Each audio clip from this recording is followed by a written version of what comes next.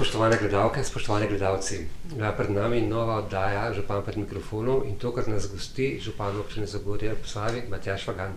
Gospod župan, najlepša hvala za povabilo. Hvala tudi vam za obisk na sedežu občine Zagorje ob Savi in da sem lahko vaš prijeten sogovornik.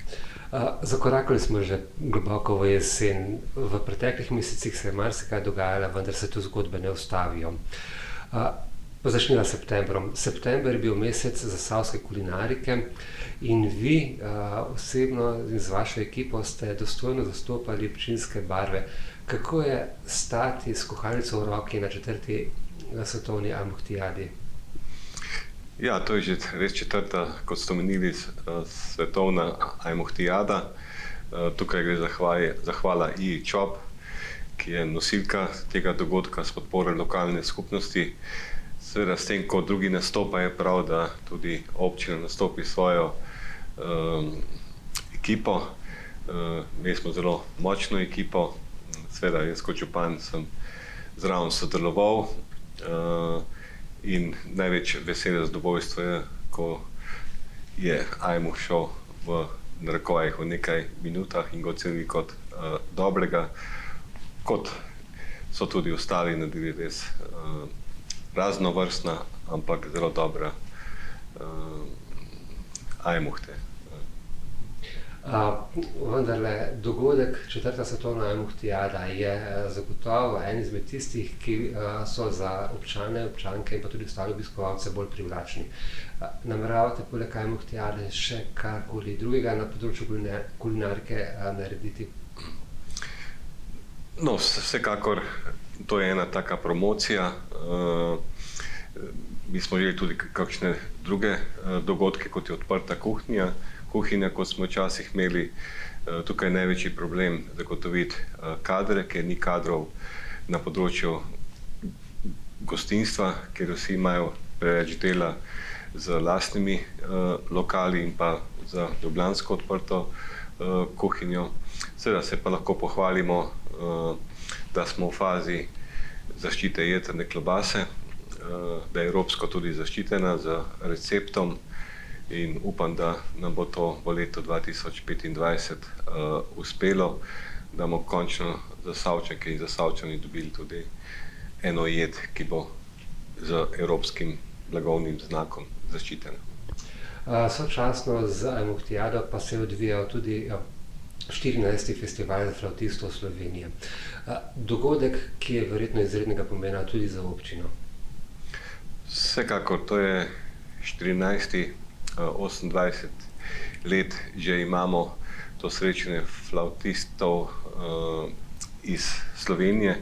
Imamo goste tudi iz Evrope, najbolj priznani tudi na svetu. Tukaj gre zahvala Mateju Zupanu, ki je tudi svetovno priznani flavtist, Metki Podpečan, direktorici glasbene šole Zagorje, in ko združiš vse to, dobimo res enkratni festival in s katerim, ko sem se pogovarjal, moram reči, da so bili neverjetno pozitivno presenečeni nad glasbeno šolo, nad samo organizacijo in pa večinoma so bili prvič v Zagorju in navdušeni nad našo lokalno skupnostjo. Ja, občina se ne ustavlja pri svojih projektih. Med enega večjih v zadnjem času in tudi bolj odmevnih šteje nakup objekta Partizan. Zakaj ste ga dejansko odkupili? No, prvič, ker je to ena naša zgodovina. Športna unija iz Ljubljane je bila lastnik, vemo, da vrsto let se nič ni vlagalo v ta objekt. Tukaj gre zahvala športnemu društvu Izlake, ki je vsaj vzdrževalo ta objekt, kar se tiče ogrevanja in pa ostale infrastrukture objektov.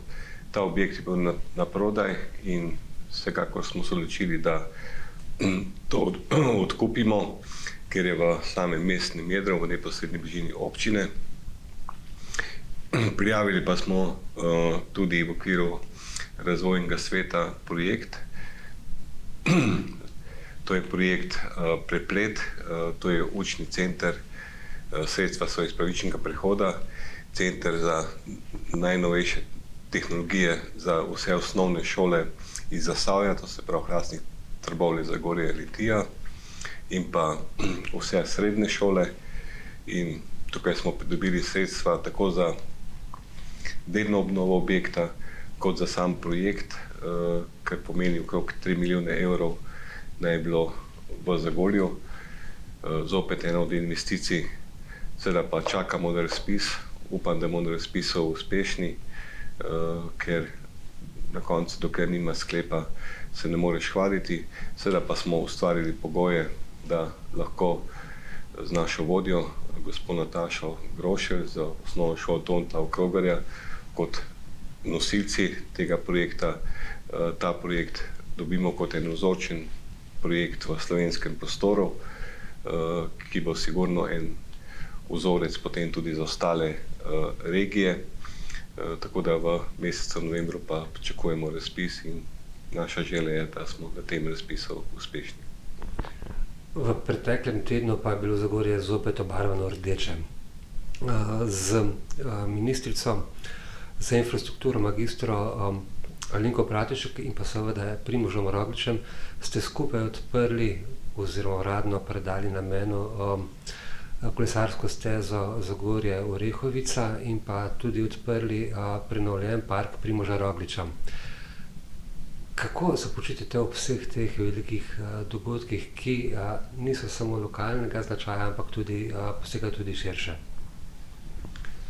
Ja, tukaj je veliko diskusije, tudi vprašanje, zakaj Primožu takšna pozornost, ampak Primož je postavil občino Zagorje na svetovni zemljevid.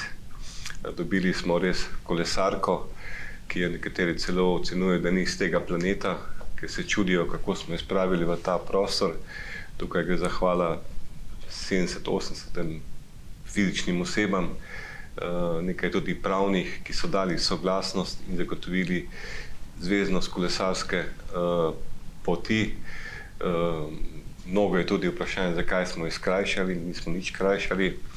Veste, da prvotno je bilo celo priden samo do Etija, ker fizična oseba ni želela zemlje prodati, no tik pred Zajci se je potem to prodalo in da smo da lahko do Podlipovice kolesarko tudi realizirali. Primož je častni občan občine Zagorje, najmlajši.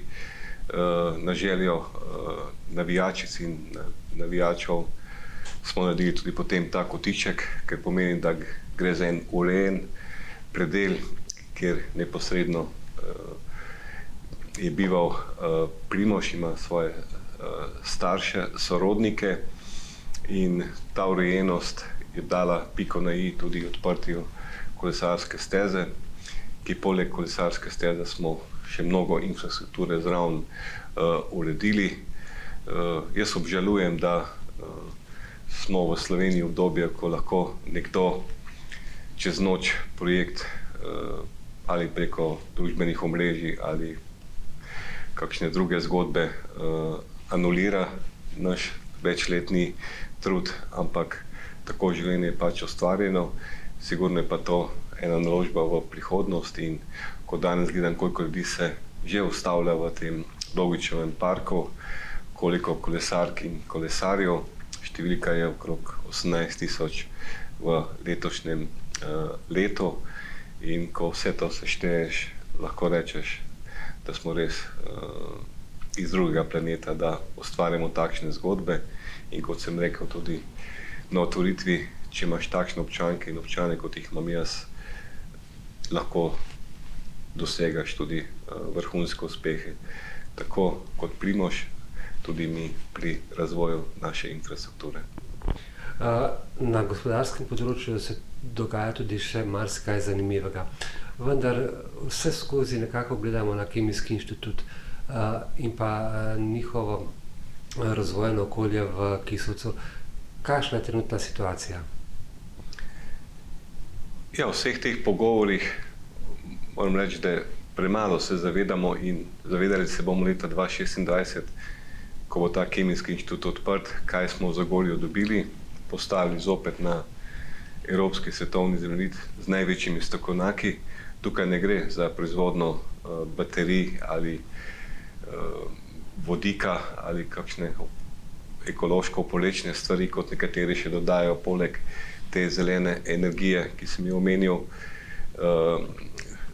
Skoraj 10 ljudi že dela v stavbi podjetja Skiti. Računamo, da jih bo 40-50 visoko izobraženih. Jaz sem zelo vesel, da je že nekaj tudi Zasavčanov zaposlenih v okviru Kemijskega inštituta, tako da 2026 je bila tudi otvoritev. Tukaj je Kemijski inštitut z ustvarjanjem pogojev. Če ne bi mi ustvarili pogoje in pa podjetje Skiti prejelo ta izziv, mi Kemijskega inštituta in pa te investicije okrog 32 milijonov evrov, ker je bil Kemijski inštitut, bi šlo v drugo občino, ali v Zasavju ali v Šaleško dolino. Zato sem vesel in ponosen, da gledamo v prihodnost in to se pravi prvi koraki zaposlovanja in pa dela v naši občini so se pričeli. Seveda pa sigurno bo v letih pred nami še bistveno več, ne samo v okviru Kemijskega inštituta, ampak tudi stvari, ki se bodo navezovale na Kemijski inštitut, ki je tudi evropsko svetovno priznana inštitucija, kjer zaposluje tudi najboljše kadre. In tukaj ne gre za odkrivanje tople vode, ampak se ta projekt priključuje razvoju na svetovnem nivoju. Vse tisto, kar je razvito, se nadgrajuje v občini Zagorje in se bo v občini Zagorje. In jaz sem vesel in ponosen, da nam je to uspelo, kakorkoli že nekaterim tudi takšni uspehi ne pašejo, oziroma lahko celo pod črto rečem, manj delaš, bolj si populist, rajši te imajo, če pa delaš, seveda pa iščejo samo napake. Jaz priznam, da smo ogromno napak tudi naredili, nenamenskih v vseh teh mandatih, ampak na koncu je pomembno, da se Zagorje razvija nenormalno za nekatere razmere.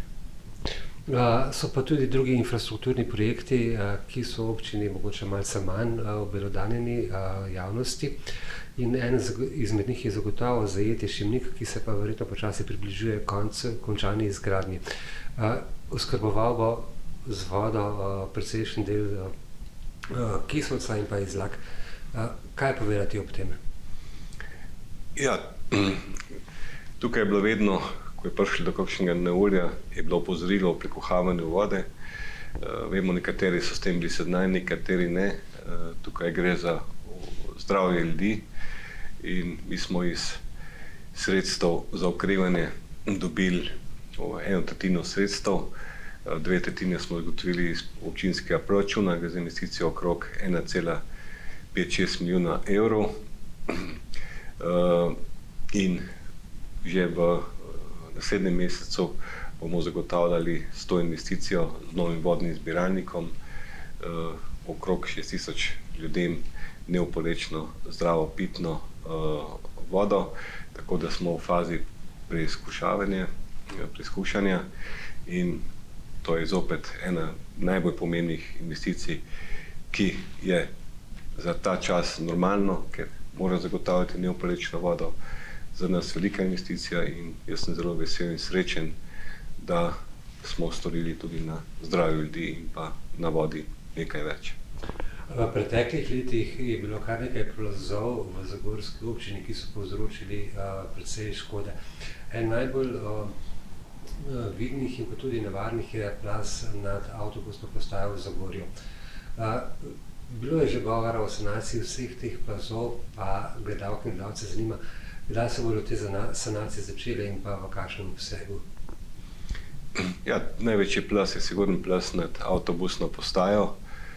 Če pogledamo to področje, moraš dobiti projektantsko hišo, moraš dobiti projekt, ki bo za narekovajih za stoletja. Gre za velike denarje, nekatere ocene so, ko bo končno projekt narejen, mi smo eno določeno številko dali, seveda pa projekt je tisti in pa javni razpis, ki bo opredelil.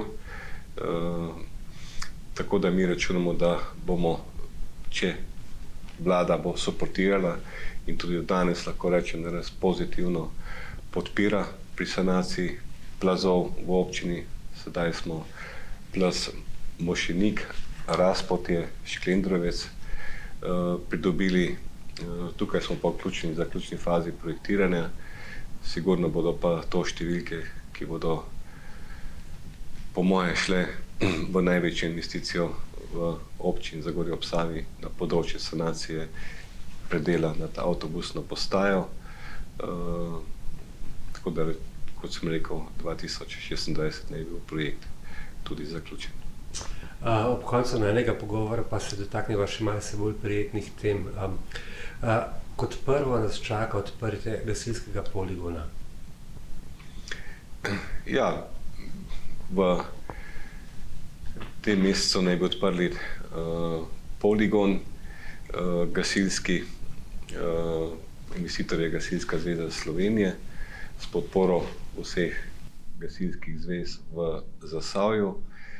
Ta poligon bo namenjen vsem društvom v Zasavju in tudi za ostale dogodke, prireditve, tako da na tem predelu smo naredili zopet nekaj več in to okolico še bolj tudi uredili. Za zaključek pomeni vaše dve obletnici, ki sta za Zagorje vsekakor pomembni. Prva je 150 let cerkve svetega Petra in Pavla v Zagorju in pa 220 let steklarstva tudi v Zagorju. Kaj te dve obletnici dejansko pomenita za Zagorje in pa za širše? Jaz vedno pravim, da je potreben pogled v preteklost in da nihče ne zamahne z roko in reče, to ni pomembno. Brez takšnih dogodkov tudi ne bi bilo razvoja občine Zagorje ob Savi. Ne delimo se na oranžne ali vijoličaste, govorimo o ljudeh, o človeku in vsak je pomemben v naši lokalni skupnosti. Tako da oba dogodka sem tudi udeležil. Seveda tukaj gre zahvala Farankam in Faranu in župniku Janiju z svojimi sodelavkami in sodelavci za ta prijeten dogodek in to obletnico. Pri steklarstvu pa gre zahvala in tudi moj poklon gospodu Maurju, ki je res ena gonilna sila bila v preteklosti in tudi danes. Moram priznati, brez njega te razstave ne bi bilo te obletnice s podporo Miljana Razborška, potem tudi vas, ki pri tem projektu sodelujete. Skratka, imam res enkratne ljudi v moji lokalni skupnosti in to cenim in spoštujem in to je moja odgovornost. Gospod župan, najlepša hvala za vaše povabilo in pa pogovor v vaši pisarni. Hvala tudi vam za prijeten klepet in vse dobro vam želim tudi naprej. Drage gledalke in gledalci, vam pa srečno do naslednje oddaje Župan pred mikrofonom.